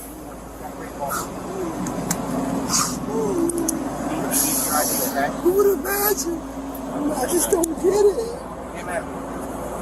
God's gonna look out for you now, all right? Hey, I wish that I could have helped as much as I could. Anything I could, okay, man? You're gonna be all right. All right? It's gonna be all right. God's gonna look out. All right? All right, man. You good though, right? Your grandma's looking for me. With little time to waste, officers began speaking with the people at the scene, hoping to piece together the events of that night, and it wouldn't take long for the first glimmer of truth to appear. So you were driving this car, and what did you see? I know. I'm sorry. I'm just trying to. That's fine. I saw a mess in the road. Yeah. And I didn't know what was coming, where it was coming from, so I was trying to dodge. I don't remember somebody being in the road. I didn't see him. Okay. All I saw was the car. Gotcha. And I tried to slow down. I was going down this road. Yeah. Okay. All right. So they're coming down. So did you see the people get hit? I heard it. Okay. And then I saw the baby. I was right here. And then I saw the baby go flying and the mom flying. They flew in the air. Okay. About 600 feet. Okay. And then I ran up there. I was screaming. Okay. And I got the little girl. Me and her were talking in the store. Where she was. And the baby also it wasn't breathing. And I went, okay. She started coughing. And then he quit breathing. And I did it again. Thank God. I just saw you just a little bit. Okay. I know you want to get home, but I got people on the way here, the traffic guys, and they really need to interview you. You're like my only witness right now. Everyone else just saw the aftermath. Nobody saw. There is another guy who was actually walking behind them.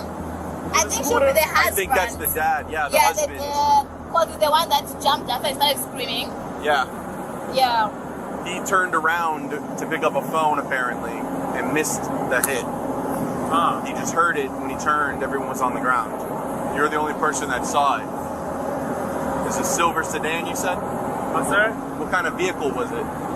I'm not pretty sure which model was it, but it was a silver sedan, like it's a four-door sedan, like a four-door sedan. Just a silver one. And it was going this direction? Yeah, he almost stopped, but And then 2 points. Where were you guys when it happened? this is my car. And Oh, just sitting right here? I mean, we're just chatting because I went here, so. Okay. Now, with the description of a silver sedan, officers rushed to review the nearby surveillance cameras, hoping that one of them had captured the tragic accident. How's it going, man? I was hoping if we could maybe get a manager called in or something, if we could look at your guys' video footage to see if you guys captured anything that happened out there. Yeah. I called him already. He said call me back. Yeah, if you just give him a call. I don't mind waiting. I know you guys had a lot going on, but that's wrong, man. Good, bud. Yeah, I was just talking to the man. Dude seemed kind of upset that they had to be up here tonight. I got a feeling he was rushing them to get out of here, and she was probably just tired of his shit. Who? The lady. What lady? From the going accident?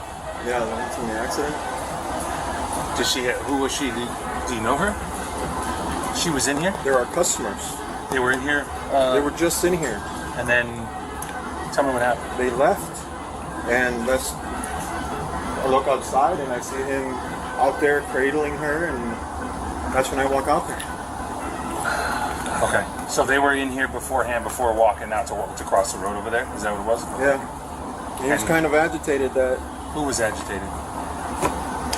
The husband, or the boyfriend, or whoever. Do you know what happened? He was with them? Inside? Yeah. And then... The bald dude? Who have you talked to so far? I haven't talked to anybody. I was doing CPR on the daughter. Oh, okay. Yeah, get the manager. At this point, red flags began to rise around the father. What the worker said made officers question whether he might have been involved. However, the footage was about to reveal the truth. Let me see what we can see on the cameras, hopefully.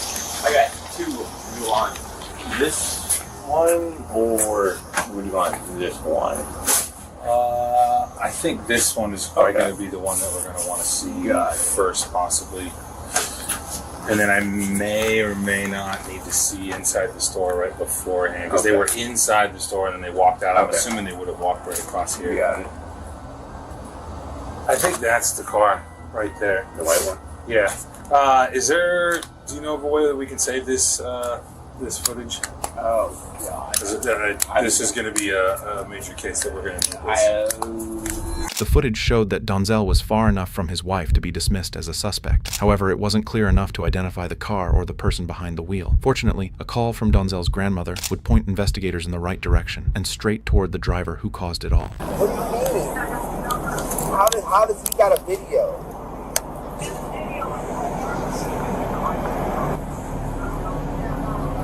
He didn't show the cop. Do you got his number? You got a pen? Okay, that black guy that was here? Yeah. There was a black guy that was standing here. Right, you were talking to him? Yeah, I gave him my grandma. I didn't even know him. So I gave him my grandmother's number. Right. And this is my grandma. Okay, grandma, this is the officer. What did he say exactly? He said that he had a video. Okay, so what was that number he called you from? We need that number right now. Wait, his name was what? Hold on, what was his name? I called back. All right. I know, Grandpa. I know. I'm sorry. I'm trying to. It's just a lot going on. I don't know what to do. You know, Taylor's been fighting so much. It's been bad. At this point, officers were notified that a man at the scene had captured the entire horror on video. When they examined the recording frame by frame, the hidden became visible, the plate number, and the troubling figure behind the wheel. The mysterious driver was identified as 72-year-old June Fenton. But when officers approached her for answers, her story was anything but believable, and it quickly became clear that decisive action had to be taken. The Monday night, she was going south on 301 and think she hit a dog. No, it just out of the blue. It was like on my windshield, and it's like, it was. I'll never forget that sound. And then And I felt bad, so I turned around to see if the dog was alive. Because even Michigan, wherever I go, I go back and see when animals are, roadkill or whatever. And then I didn't see him on my side of the road, and then I saw people on the other side. So I thought, okay, they're gonna see if the dog is there, they'll pick him up or whatever. But and then I went home. In my car, I parked it in there, and I'm getting some tile work done. So she has somebody in there. And I haven't moved it since I came in. The windshield is a mess. I haven't backed it out at all. Is that right? Okay. You mind if I just No, see no. the damage? Okay. Should I report when I hit an animal? Should I report it? It's always good to report it. Always. Feel free. Thank you very much. Oh, please.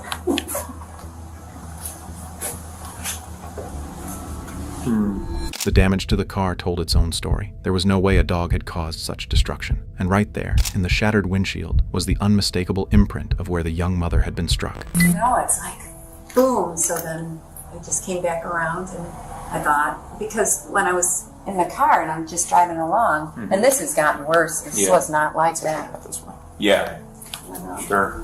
Unfortunately, the 2-year-old boy, Rio, passed away on the way to the hospital, and his mother died 2 months later. In the end, June was charged with 2 counts of leaving the scene of a crash that resulted in death and 1 count involving serious injury. After the mother's passing, those charges were upgraded, as all 3 victims were now considered fatalities. June was given a total bond of $650,000, posted bail, and entered a not guilty plea. Today, her case is still pending in the courts as it awaits a final judgment. Next, we have a case where a father rushed home after a call no parent ever wants to receive, only to discover his own son was at the center of it. Then you just hear a boom. I look and I see her fall to the ground. Next thing you know, she starts to bleed. And he was never mad about anything? Everyone was laughing, having a good time. Everybody was just having a good time? The EMS just pronounced her deceased. Oh my God, man. On July 28, 2023, officers were dispatched to a tragic scene where a 13-year-old girl had been shot by 14-year-old Porfirio Brown. Initially, the teen attempted to mislead investigators by claiming that the girl had passed away in a drive-by shooting. However, evidence quickly pointed to a different story. Watch how things unfold as the officers arrive at the scene. You said you do have a pulse? Down.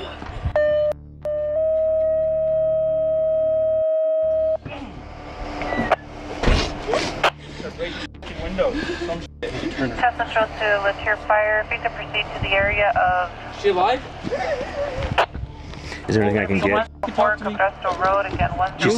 She still has a pulse, bud. At the scene, the officers were met by Amber lying on the ground, and her brother was asking if she was still alive. I'm going to have to ask you, bro.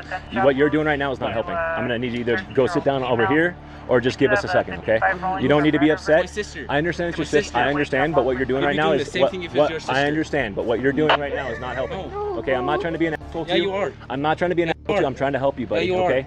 What you're doing right now isn't helping. Please just go over there with them. All you guys doing is filling the pulse. I don't think doing much. Well, here's the thing, dude. The medics are on the way. All we can try to do is keep her alive while the medics are here. She got your page. We'll put She a is. crew She has a together. pulse. How So good? it's pretty good. So can you please just go over there and let us do our job, please? It's okay. It's okay, bud. I understand you're upset. I totally get it. Okay. We're gonna need you to back up, please. Please. No. Guys. No. Being here is not gonna help. No. Believe me. Let us do our My job. sister. Let us do our It's my job. sister. Travis knows exactly It's what my he's doing. sister. Travis knows exactly It's what my he's doing. sister. I understand. Is she alive? The closer you are. Does she? The So, closer. hold on. Yes. Does she have a pulse? She has a pulse. Right okay? now? Yes. Right now? She has a pulse. Right now? I just need to step back for a second. I understand it's your sister. I understand you love her. We're gonna do everything we possibly can to help her. Okay? I promise you. I promise you that. Okay? It's okay. It's okay. I understand you're mad. I understand you're mad, bro. I'd be mad too. Let go. Buddy, I'm gonna need you to step back because they're working on her. Let them work on her. Okay, I won't touch. I'll just stop yelling at them. Stop freaking out. Just let us do our job, okay? So tell me what happened. That'll be Somebody needs to tell me what happened. Maybe you don't remember. I'm out of it right now. Does somebody pass by? 16, go. Station. Be that. Okay, who else is here? Is it just you guys? Want me to check the pulse? I just did, and it was there. Where is she shot? That's what I'm trying to Maybe find. the front of the face, I don't know, somewhere. Minutes later, Amber was pronounced deceased, and the area became the scene of horror. And this was when officers started to investigate the scene, some looking around the area of the shooting, while others collected witness statements. The guy said his goats and shit. And we ended up going to the front, and we ended up going back into his house. And then next thing you know, he pulls out, I think it's a revolver, the one that has like a spinning barrel. Okay. He pulls out one of those. It was a handgun? Yeah. Okay. The girl tells the officer that a group of friends was inside 14-year-old Porfirio Brown's home when the boy pulled out a handgun and pointed it at Amber's face. And then he ends up pointing it at her, and she went to go. Give me 1 second, okay? Pulled out a 22. Was it a 22? What kind of revolver do you know? I don't know my guns. You just know that it was a revolver handgun, right? Yeah, all I know is one of those spinning. Got you. Okay. And he points it at her, and she went to go like take it away from her face, right? All of a sudden, you just hear a boom. I look, and I see her fall to the ground. Next thing you know, she starts to bleed. So he shot her in the face with the handgun? Yeah, Where were you guys when he shot her with the handgun? I think the kitchen. You guys were inside the house when it happened? Yeah. And he points that at her, and so she like went to go move it. And that's when you just hear the loud bang and a little bit of a light, and then she drops. And next thing you know, she just starts to bleed. Okay. Multiple witnesses later explained that it was Porfirio Brown's idea to come up with a drive-by-shooting scenario. Yeah, he made that story up whenever he shot her and took her outside. What did he tell you about that?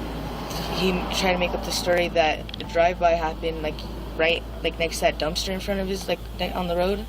Tried to say a drive-by happened right there, and that her brother went to his house freaking out about it, and they ended up dragging her over there. At this point, the father arrived at the scene, and an officer was about to deliver the worst message a father could imagine receiving, that his daughter was gone. Sir, I understand, sir. Can you talk to me for just a couple minutes? Sorry, the EMS just pronounced her deceased. Oh my God, man. So, She's gone. What? She's gone. No! Can I please go see her? yes, sir. I'll have one of my guys meet you. I'm trying to stay out here to block this off. Yeah, I'm fine. 404, 406. You have the father walking in now. He's got carpenter knee pads on, a blue t-shirt and a baseball cap. I'm sorry, sir. My condolences. Honestly, I'm gonna do my damnedest to figure out what happened. I'm sorry. I don't know, but my son called me. Oh God, I don't know. I can't be. At this point, officers began securing the area going inside Brown's home to get him out of the home. However, it soon became clear that not only the guy had a role in this shooting, but so did the shooter's father. So you said you didn't know if he hid or did something with the guns? Yeah. Like multiple guns? Yeah. So what do you mean by multiple guns? Because even at first, before everything happened, he even pulled out like an AK or it seemed like an AK. It looked like it. And then some sort of other gun. I don't know my guns, but it was like about, I would say maybe about this, maybe a little bit bigger. It was camouflage, and they were full rounds. Like, the clip was full. Porfirio was taken into custody, and so was his father. You have the right to remain silent. Anything you say or do, and it will be used against you in the court of law. You have the right to an attorney. If you cannot afford one can be provided to you at no cost. You also have the right to have your parent present during questioning. Do you understand your rights? About what all took place, and as far as a black SUV, it's not. That's not panning out. Okay, does that make sense? If you're saying I can't tell you because I was at work. Okay, and I get that. But another thing that you need to understand is there's a lot of guns in that house, right? Mm-hmm. And none of them are secured. Most of them are secured. I have a few that are out. You have a few that are out. Okay, with that right there, you have your hands, put your hands on your back. I don't understand this. Can you just explain it to me? Yeah, he's going to explain it. So basically, there's a, they're going to explain, so the statute 30-30-4. One is admitting making a firearm accessible to a minor, resulting in great bodily harm. So she said yes. So they said we were going to go down. William Brown, who allegedly owned the firearms, was charged with negligently making a firearm accessible to a minor, resulting in death. He was booked into the Taos County Detention Center, and his son was booked into the San Juan Juvenile Detention Center.